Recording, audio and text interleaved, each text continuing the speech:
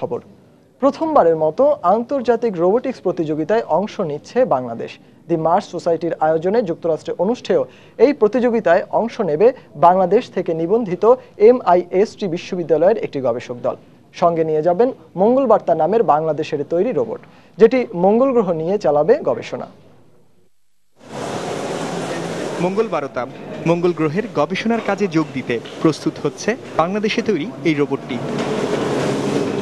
আন্তর্জাতিক প্রতিযোগিতায় সাফল্য লাভ করলে 2018 সাল থেকে মঙ্গল গ্রহের মাটি ও নমুনা সংগ্রহ এবং পৃথিবীতে গুরুত্বপূর্ণ গবেষণা তথ্য আদান প্রদানের কাজে যোগ দেবে রোবট মঙ্গলবার্তা।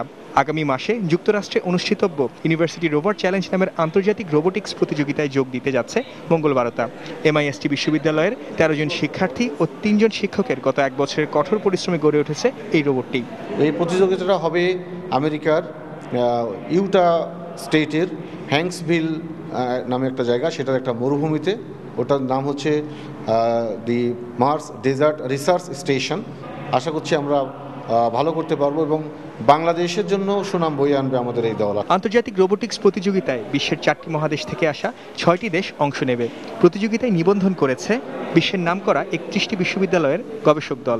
গত বছর কম্পিটিশনটা পরপরই কাজ শুরু করেছি, তো 1 বছরে মোটামুটি প্রায় শেষ পর্যায়ে চলে এসেছে। স্টুডেন্টরা রোবোটিক আর্ম তৈরি করেছে, দেন ফায়ার অ্যালার্ম সিস্টেম আছে। এটা অনেক বড় একটা প্রজেক্ট এবং এই প্রজেক্টটা অনেক ফ্র্যাজাইল এবং জিনিসপত্র কম্পোনেন্টস এগুলো জোগাড় করতে অনেক সমস্যা, এবং তারপরে বড় কথা হচ্ছে এটা একটা কম্প্যাক্ট জিনিস। এটার ফেলিওর সম্পর্কে আমরা সচেতন, তবে আমরা সাকসেসের ব্যাপারেও অনেক বেশি হোপফুল। রোবোটিক্স প্রতিযোগিতায় গত 4 বারের চ্যাম্পিয়ন পোল্যান্ড সহ যুক্তরাষ্ট্রের বেশ কয়েকটি রোবোটিক্স দল অংশ নেবে।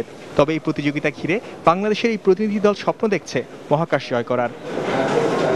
সামিল মুহিত, সময় সংবাদ, ঢাকা। এ পর্যায়ে